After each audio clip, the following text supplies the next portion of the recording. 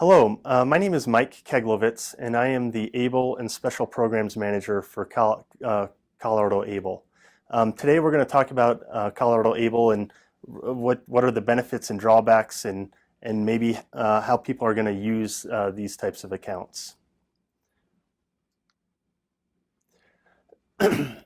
So first off, it's named after Stephen Beck Jr., Achieving a Better Life Experience, and it was passed under Obama in 2014. And then each state had to go through legislation to also adopt it into their state legislature.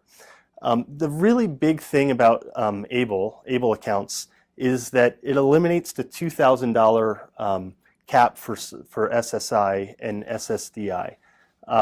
Historically, either you had to have a spend down where if they were butting up against that $2,000 limit, they would have to buy TVs or spend it down so that they could stay eligible for SSI or for Medicaid. So this account helps to eliminate that issue where people, friends, family can put money into that and folks don't lose their federal benefits. The other key aspect, and the reason that College Invest is kind of administering it, College Invest is the state of Colorado. We administer the college savings plans for the state of Colorado, and because ABLE accounts have the same taxation, they've paired it with us so that we would administer this program. So the key aspect is that the money that grows in there, it grows tax deferred. And then you have tax-free access for that money as long as it's used for qualified expenses. And we will talk a little bit more about that in a few minutes. The other aspect is there are other states that have launched prior to Colorado, and some of you may have opened up accounts in other states. And that's fine. You are totally able to go to other states and open and participate in their programs. But you can only have one account per beneficiary. You can roll that, if you wanted the Colorado plan, you could roll that in, but you can't have one here and then one in Utah or in a different state. So one per one beneficiary. All right, so who is eligible for ABLE accounts? First off, if you are SSI or SSDI, you automatically qualify for an ABLE account. If you if you're not collecting or receiving income from those, you can still qualify for it. You just need to go through a self-certification process, and that doesn't mean that you need to supply that to ColoradoABLE to open it up. You need to go to your doctor and identify that the onset of disability occurred before age 26. If it occurred at age 30, unfortunately you don't qualify for an ABLE, but as long as the diagnosis of the disability happened before age 26, you're eligible, and you can go through a self-certification process, which would be under the laws of the Social Security Administration and their definition of a disability. You would get a doctor certification, and you would keep that on file for yourself. You don't need to supply that to ColoradoABLE, and we would actually prefer if you didn't send that in just with some of the health issues with that.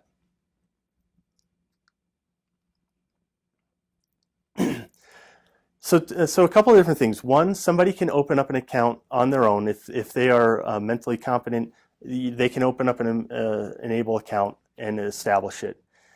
If somebody is either a minor or they're incompetent in terms of opening up the account must be a person with signature authority. So it needs to be either a parent, a legal guardian, or an agent acting with the power of attorney. So these are the three things. It can't be their friend Sam that lives down the street that opens it. Again, if somebody is either a minor or incompetent, they need to have somebody that is established and somebody with a signature authority.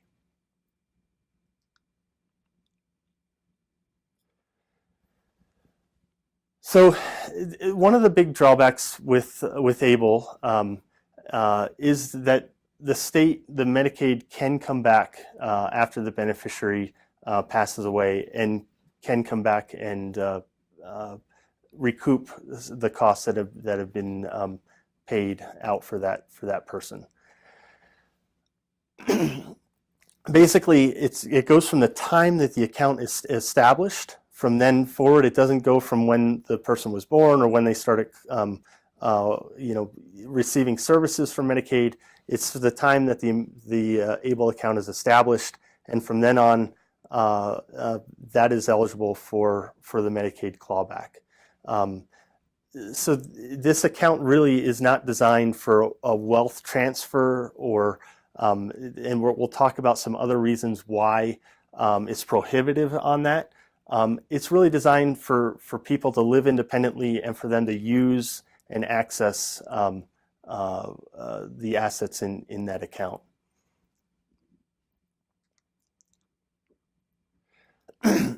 So ways to contribute. The one limit is the $14,000 a year total. Collectively, that's how much people can put in. It can be friends, it can be family, it can be the beneficiary, it can come from a trust, but collectively we can't put more than $14,000. And this is a big distinction compared to what a 529 college savings plan. In a 529 college savings plan, you could have each of the grandparents contributing $14,000 into that, and actually more. But with an ABLE account, collectively, everybody can only put $14,000 in per year. The total amount in the state of Colorado, you can put in up to $400,000 of contributions. That doesn't mean that when the account gets to $400,000 that you can't put any more in. The account may grow to $400,000 or $500,000 or $600,000. But in terms of contributions, you can only put $400,000 in, and again, that could grow to $800,000, $900,000 over that time. Again, very flexible where it can come from. It doesn't have to be the beneficiary. It doesn't just have to be the parent or guardian. It can come from a lot of different places to fund it. So again, earlier we talked about as long as it's in the account, it grows tax deferred, and then you have tax-free access to it, as long as it goes to one of the qualified disability expenses. At this point, it's very, very broad where the money can be spent. It can be spent for education.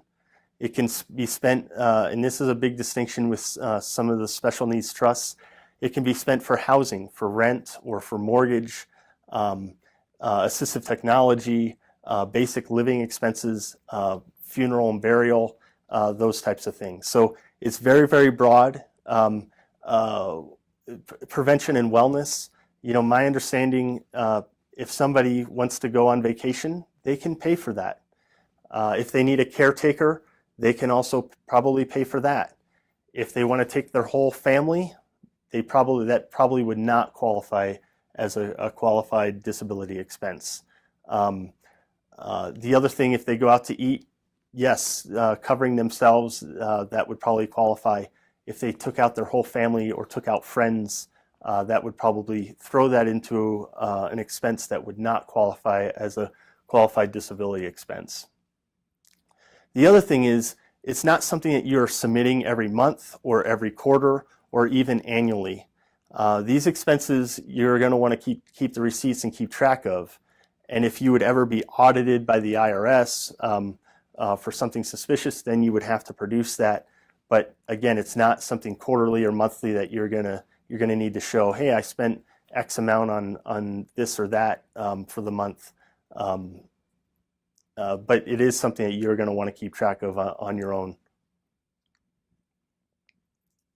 So some of the other things to keep a household up and running: mortgage, property taxes, rent, fuel, gas, electricity, all of those things can also be paid out of an ABLE account. The other thing is, just to kind of touch base on the rent or mortgage, that's the one expense that you have to pay in the same month that you take it out. or you want to have your ABLE account pay directly to either the rental agreement or to the mortgage. The reason being, if I wanted to pay for rent and I pulled it out in September, it went into my checking account, and then in October I paid for it, you cannot carry that over to month to month. It would then be qualified as an asset, and it also would not qualify as, it could hinder your Medicaid or SSI income. But as long as you pay for it the same month that you take it out, then it totally works, and you don't need to carry it over. The other thing is some of the other expenses aren't treated the same way. So if you were going to buy, if you needed assistive technology, you needed a wheelchair, you needed a speaking device, in those examples, you can pull that out the month prior and pay for it the next month. But for whatever reason, rent and mortgage is the one that you cannot carry over. So that is something either you want to meet with somebody and talk about it further, or in terms of setting that up, just in case you don't want to compromise some of the benefits.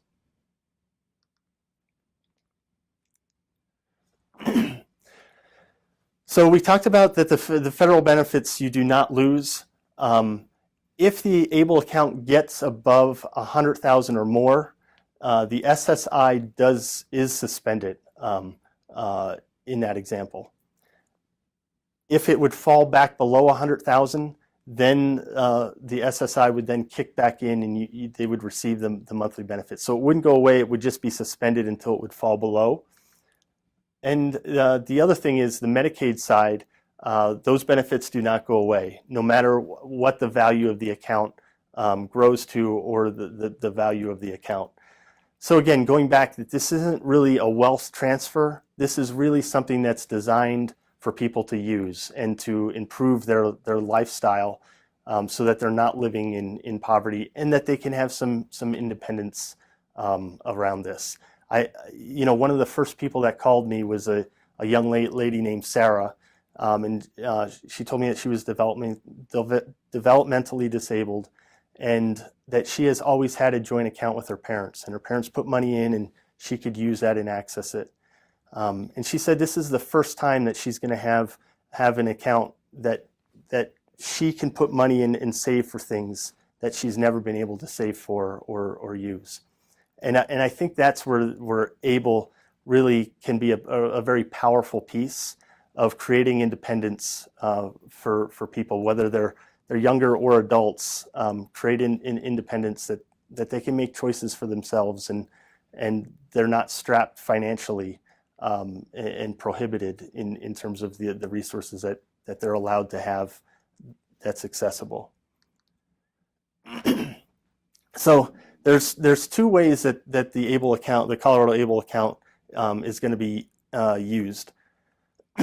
We have one, saving for the future. So if you had a child that was younger, and they had a disability that you knew that they were eligible for ABLE, you can put money away and have it in aggressive options, which are going to be a lot of equities, very little stocks, all the way down to a conservative option. And so it's going to be a mix of Vanguard funds.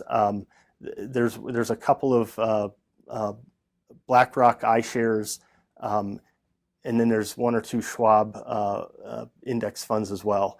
The cost on those is going to be 0.34 up to 0.38 in terms of the total amount of assets. And these are going to be for things that you're saving for. If you needed assistive technology, or you knew one day that your son or daughter was going to be living independently, but you wanted them to be able to supplement some of those things, but you have a long time frame, you can invest in things where you know you're not going to use it on a day-to-day basis. The other option that I think a lot of people are going to use is going to be that checking/debit option. And that's what, it comes with a debit card, and either families can put money in, and the beneficiary can use it on a day-to-day basis. or they can put extra money that they want to save for something, but they're probably using it more immediate. It's not something that you're going to get a very much of a return on. In fact, I think it's 0.01 is the per interest rate on that, and this is something that is very safe and that they can access. The one drawback I would say on ABLE, besides the kind of the state clawback, is there is the ability of people taking advantage of folks, inadvertently or intentionally, and I think that's one thing with ABLE. Like we can't protect people from that, and so having good systems in place, especially if somebody's not mentally competent to manage it on their own, because it would be very easy for, especially for a lot of people, that when I talk about Sarah, she shared with me that this was the first time that she was opening up a checking account in her life, and that she didn't really understand investments, and she didn't really understand money and budgeting and that sort of stuff. And so in that situation, it could be very easy for people, family members of taking advantage of that type of example. So we still need to be careful, but it's a great option for a lot of folks. So the bank option goes through Fifth Third's banking. It's $2 a month for that banking option, unless somebody signs up for the electronic bank statements, or they have an average monthly balance of $250. In those two scenarios, the $2 a month is waived, and there's other banking fees, like if they went out of network for the ATM or things like that, like a normal bank would have, also apply, and all of those things are written in the terms and conditions on the ColoradoABLE.org website. The other thing is to establish an ABLE account. It's $60 a year, broken down quarterly, so that would be $15 a month to have an ABLE account. If you do sign up for the electronic bank statements, either on the investment side or with the bank, it's discounted $3.75 per quarter, and it's $11.25 a quarter to have that ABLE account. And then if you're on the investment side, again, the asset fee is 0.34 to 0.38, depending on which option is selected on that. So how do you sign up? How do you open up an ABLE account? Three very simple steps. The first would be, I would encourage you to read the plan disclosure documents, just to be familiar of kind of the terms and conditions. Second, you would gather up information: Social Security, date of birth, permanent address, email address if you're going to get the electronic delivery, and then the checking or savings account that if you wanted to contribute electronically or to that account that you're able to do that. And then the third is going and enrolling at ColoradoABLE.org. This is what our website looks like. It's fairly easy to use, and you would click the enroll button, and it takes about 10 or 15 minutes to establish an account. So it's a fairly easy process. We are also partnering, ColoradoABLE is also partnering with the Colorado Fund for People with Disabilities. They will be on the website with their contact information, and basically they're there to help and assist folks in terms of enrolling in the program or opening up an account if they need assistance on that. They also, for a fee, provides other services like being a fiduciary and that sort of stuff. They have other services that they're willing to provide, and they're going to be a great resource and partner for folks to answer questions and to help people through the process.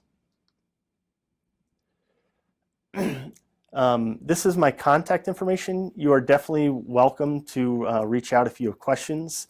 If I can't answer it, I will try to find somebody that can. And as well, if you want me to present to community groups or nonprofits, I'm definitely willing to help and assist with that. But I think in terms of the highlights are, one, going back that, again, I'm not sure it's a, maybe, I'm not sure that it's a wealth transfer, just because it's limited in, 14,000 a year in terms of the amount in there. And as well with the Medicaid clawback, in terms of that they can access it after a beneficiary passes away, that this is really an account that people are going to be using and spending, and as long as it's for a qualified expense, there's a lot of really good benefits involved with that.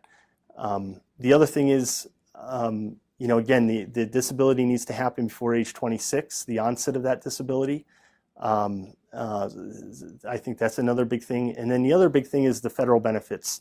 Definitely SSI, Medicaid do not go away, as well as food stamps and Section 8 housing. Those as well are federal benefits that in ABLE should not affect your status on those things as well. Is there any other? Can you go over the expenses, the 14,000? So if a person was to take out 7,000 that year for housing expenses, does that go back and forth, or is it only you can only contribute 14,000? So we have a question about expenses and specifically about the housing issue. If you 14,000, if you took 14,000 for the housing, could you put additional money into the account? The contributions are set at 14, so it doesn't matter if you take them out right away. It doesn't mean that you can put that money back or put more money away. The contribution limit is the contribution limit. So unfortunately, that's how that works. And how does the monitoring go, whether they qualify or not? How does the monitoring go if they qualify? If it qualifies that it is an accrued expense that can come out of this fund. Again, there's not a monthly, there's not a quarterly or even annual submission. Somebody would have to keep track of their expenses, and if they would be audited, they would have to produce and show where they've spent those expenses. That may change. At this point, it's very new in terms of that, but at this point, from my understanding, that's the responsibility of the person using the account. And then still using that monitoring process, who monitors let's say that the account goes higher than 100,000, who monitors the SSI contributions? Yeah, so I would assume that it's going to be the Social Security Administration. Right now, we're working in establishing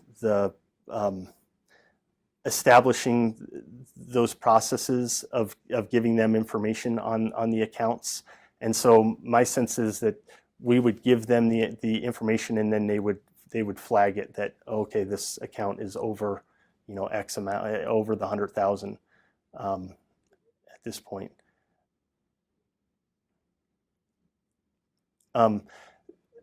So again, I think ABLE accounts are a great resource. And going back to the example of Sarah, being so excited that this is the first time that she can open up an account for herself. ABLE gives that opportunity to so many people that have not had that opportunity in a long time. So I really feel like that's one of the big niches that ABLE accounts are going to provide people that haven't had that opportunity before, and they can get excited and have more independence from their from their family.